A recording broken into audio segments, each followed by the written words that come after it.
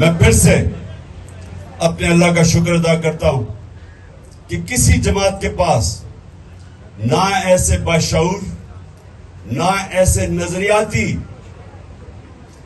ना ऐसे दिलेर कारकुन हैं। और इंशाअल्लाह अगले आने वाले दिनों में 26 तारीख तक आज ईद मिलन से शुरू होगा। हम अपना जश्न भी बनाएंगे, खुशियां मनाएंगे। और मैं हर रोज शाम को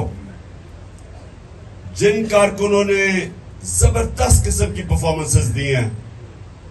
जिनने दिलेरी दिखाई, जिन्होंने मुश्किल वक्त पे साबित किया कि जो एक कार्रवाई और साजिश के तहत मुझे यहां अगवा करने की कोशिश की जा रही थी पुलिस और रेंजर्स के जरिए, वो यहां कारकुनों ने एक पाकिस्तान में मिसाल सेट कर दी जो वो ऐसे दीवार बन के खड़े हुए और जिस तरह टीयर गैसिंग, वो जो वाटर कैनन थी जिसमें उन्होंने केमिकल डाला हुआ था, फिर उन्होंने वो